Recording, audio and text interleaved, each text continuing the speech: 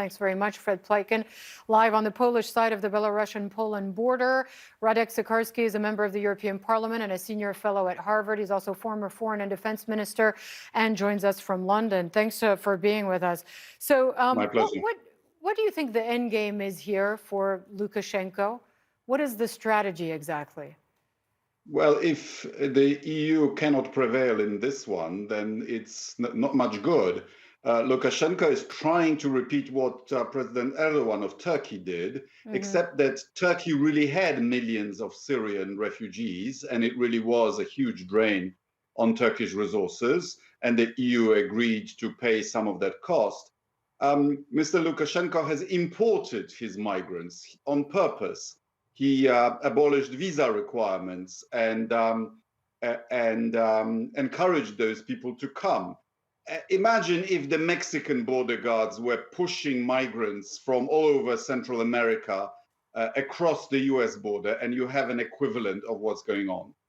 Yeah, and Vladimir Putin in all of this. A lot has been said about the potential role of Russia, of how Vladimir Putin may be supporting Lukashenko, even though the two men don't necessarily have a good personal relationship, in order perhaps to distract from some of his longer-term plans in countries like Ukraine and elsewhere. Do you think that that analysis is the right one? It's partly the case. Remember, Lukashenko stole a presidential election. He's an imposter, internationally isolated and under sanctions. So the fact that he's receiving calls from Chancellor Merkel is already a success for him. And Russia would like the EU to pay him tribute, essentially, so as to lower the cost of its domination over Belarus. President Putin is in the process of swallowing up Belarus. As you say, he may also be trying to create a decoy for the concentration of Russian troops around Ukraine.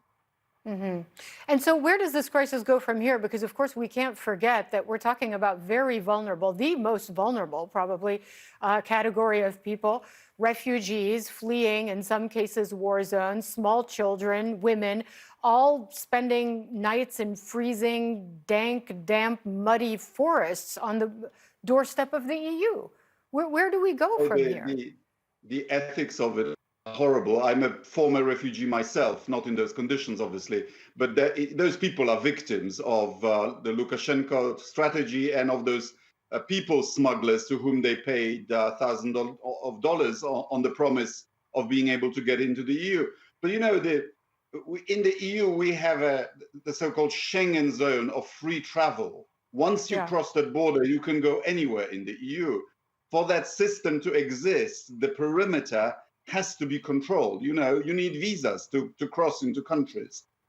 The Polish government took some time to ask to agree to be helped by the European Union, but this is working now. So Iraq has closed down Belarusian consulates, and airlines all over the Middle East have been warned that if they continue to ship those migrants to the east, European skies will be closed to them. So the supply of migrants is drying up, and they're getting through, but in small numbers. And I think eventually Lukashenko will have to conclude that it's a bigger problem for him than for the European Union.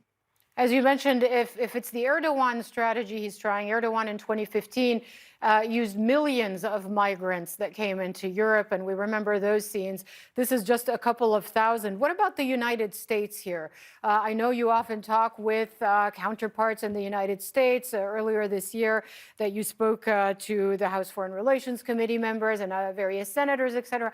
Where is the Biden administration, do you think, on this particular crisis? Well, we wouldn't expect US help any more than the US needs us on its southern border. But the US at NATO, and Poland is grateful for the supportive words from the White House, from Tony Blinken. You know, the US stands in reserve.